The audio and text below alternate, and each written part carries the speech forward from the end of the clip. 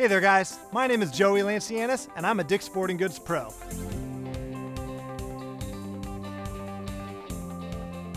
Just starting out in your first season of baseball or softball? Well, congratulations, it's an amazing game.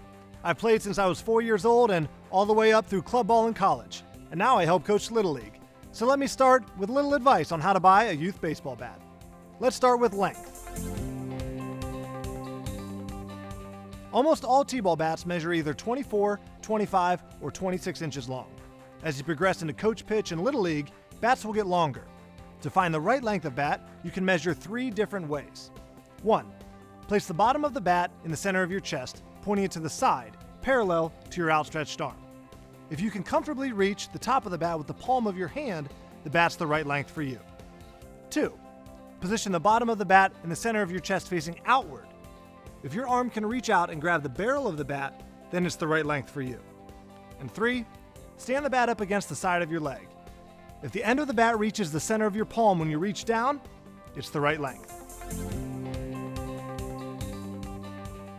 A common problem we see is a kid showing up to practice with a bat that's too heavy.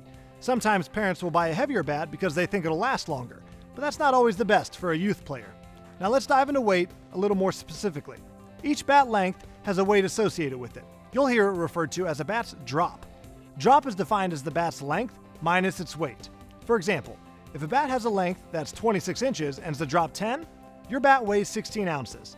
An entry-level T-ball bat will typically start at a drop 10. A bat with a drop 10 is usually the heaviest, while a bat with a drop 13 will be the lightest. So when determining what the right weight is for a T-ball bat, use this little test. Hold the bat out at your side and see whether you can hold it for about 30 to 45 seconds without dipping down. If you can do that, then it's going to be a good weight to swing. If you can't hold it steady for that long, go a little lighter until you can pass that test. If you're not near a store to try the weight test, hold a 16-ounce can of vegetables or a block of about 4 sticks of butter for 30 to 45 seconds. This will determine whether your child needs a bat heavier or lighter than 16 ounces. And when in doubt, buy the lightest bat that makes sense for your wallet. Now that you know the size and weight, let's move on to the final consideration, the construction of a bat. Starting with alloy. Straight up, that means the bat is one solid hunk of metal. Most T-ball bats are an alloy bat. It's a good bat to start with if a player is new to the game and they're not sure if they're going to stick with the sport. Alloy bats are durable. It takes a lot to slow these down. Now, if you're a future all-star or making the jump out of T-ball into the next league, or just have that love for the game, you should check out composite bats. Now, they're more expensive than alloy bats, but they offer more efficient bat speed, feel, and power. Because of their more high-tech construction, composite bats need to be broken in to reach their maximum performance. They also offer a larger sweet spot, which delivers more pop compared to alloy bats. A bat's sweet spot is where the batted ball speed is the highest and the sting in a player's hands is the least. It's usually found in the meatiest portion of the barrel on the bat. Composite bats come in 2 forms.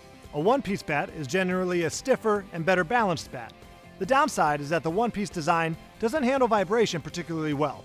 Now that's the sting you feel when you get jammed on an inside pitch. This means you should expect a lot of vibration anytime you hit a ball or don't make solid contact. A bat that's 2 pieces tends to have more flex and less vibration.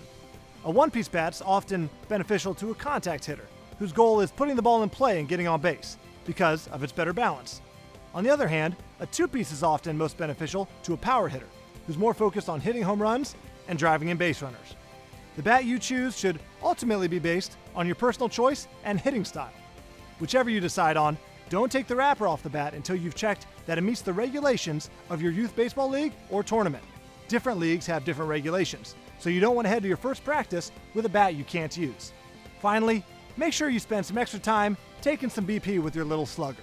It'll pay off for them, and trust me, it'll be fun for you.